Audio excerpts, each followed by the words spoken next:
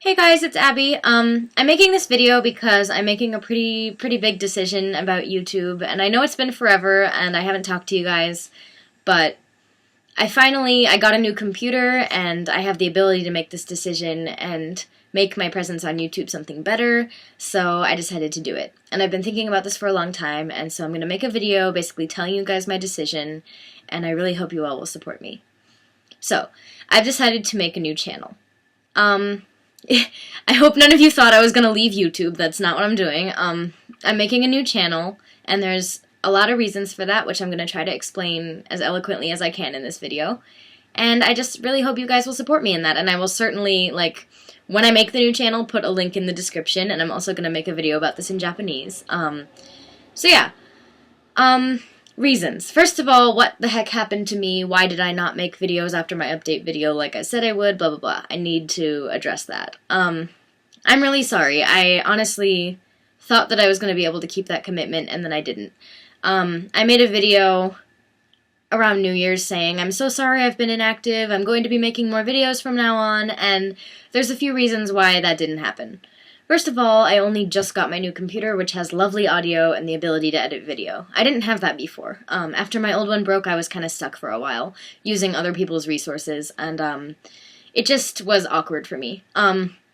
Two, school got really busy. I was putting school first on my priority list, which it's still first on my priority list, but if you combine that fact with the fact that the way my YouTube channel was structured, it was meant for me to update pretty regularly, that became pretty stressful, because then I kept making videos like, I promise I'm gonna update, and it didn't happen because I kept getting overwhelmed by the rest of my life.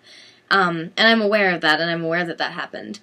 And part of why that happened is how my YouTube channel was structured.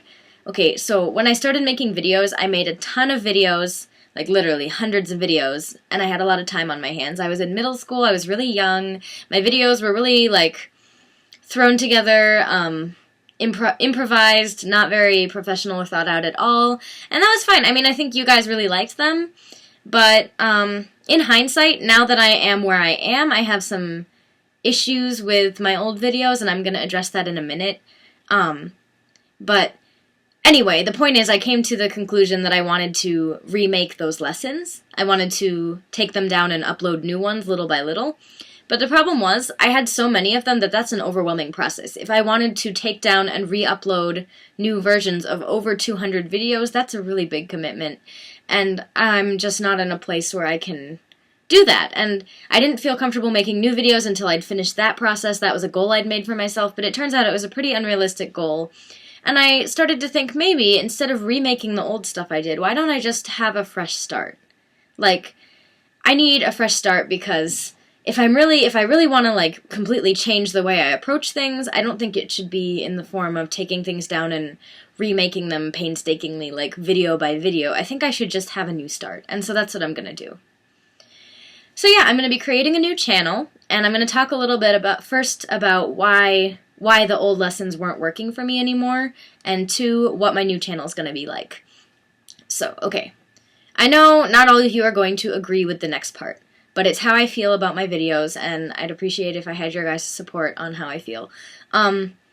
So I started making Japanese lessons, is how I phrased it, when I was about 12 or 13, and I just started studying Japanese, so it was a little, I don't know.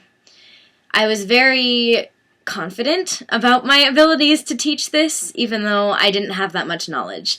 And you guys were so incredibly patient and kind to me throughout that process, but it doesn't change the fact that I kind of overstepped my boundaries on a lot of levels. I have old lessons in which I talked extensively about cultural issues that I really had no context for. I mean, I'm a white American girl, and I was talking about how Japanese culture functions on a level that I just don't have the authority to talk about. A lot of my later videos were good because they were just about the language, and I just started getting really into the grammar and vocabulary lessons, and those videos I think were pretty decent.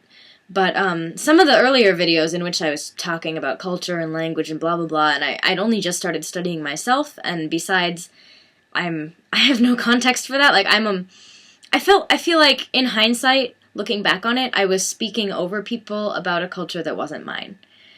And I don't feel comfortable with that. And I've come to that realization throughout my kind of increased awareness of racial and cultural issues, and now I feel like I wasn't staying in my lane, and I look back on that, and I think I'm not comfortable with some of the stuff that I said in a lot of my lesson videos and acted like I was an authority on it. I do like making videos about Japanese language, but I also want to change the way I approach it, because I don't want to have a series out there that's just Japanese lessons. Like, I don't want to authoritatively label myself a teacher. Just because I'm in a constant learning process, I don't want you guys to get the idea that I'm some sort of expert and you guys are down here, because I've learned so much from my viewers. And also, I'm not Japanese. Japanese is not my first language. I make mistakes. I don't want to authoritatively place myself in the role of teacher when I'm still really in an ongoing process of my study. It's not my language and culture, and I'd rather have a forum where I can interactively help other learners in more of a person-to-person basis. So, like, on my new channel, I think I'll make, first of all, resource recommendation videos where I talk about what resources I use to get to the point where I am. And then, second of all, question and answer videos where I do talk about, like, how I approached learning certain parts of the language. Like, if somebody asks me, hey, I'm confused about this grammar thing, how did you understand that? And so I'll probably be like, well, here's the resource I used, and then I'll probably explain it and go through some examples. But the point is, I don't want to have a series definitively labeled Japanese lessons and putting myself in the position of being a teacher when, first of all, I'm just another student learning the language, and second of all, I'm not Japanese, and I feel like some of the ways that I was talking authoritatively about the language and culture were a little bit stepping over boundaries. And I definitely don't want to do that. So what I'm going to do is I am going to end up taking down the Japanese lesson videos. I'm basically starting fresh. And I know you guys aren't going to agree with that necessarily, but I really don't want a lot of backlash or, like, people being mad at me. This is just a decision that I'm making for myself because I feel like I'd be more comfortable starting fresh from a new perspective, because I've grown a lot in the past 2 or 3 years, and just the way that I think about this has changed a lot. I've gotten better at Japanese, I've kind of matured in my understanding of racial and cultural issues, and I just need to start fresh. So I hope you guys understand that. Here's what's going to happen on the new channel. 1, I'm going to be making video blogs in both Japanese and English for my own practice and to help other people practice.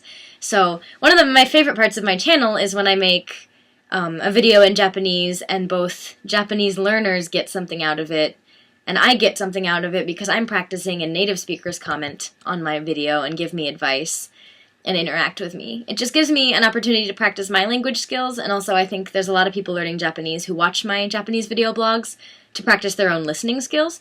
So those are really cool. And the other thing is when I make video blogs in English, it allows my Japanese viewers to practice their English and also interact with me in both languages.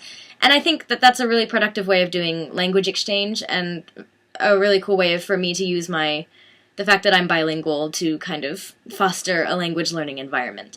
So I'm definitely going to be doing Japanese and English video blogs about my life, about different topics. You guys can request topics like, Abby, talk about this issue, and what do you think about it?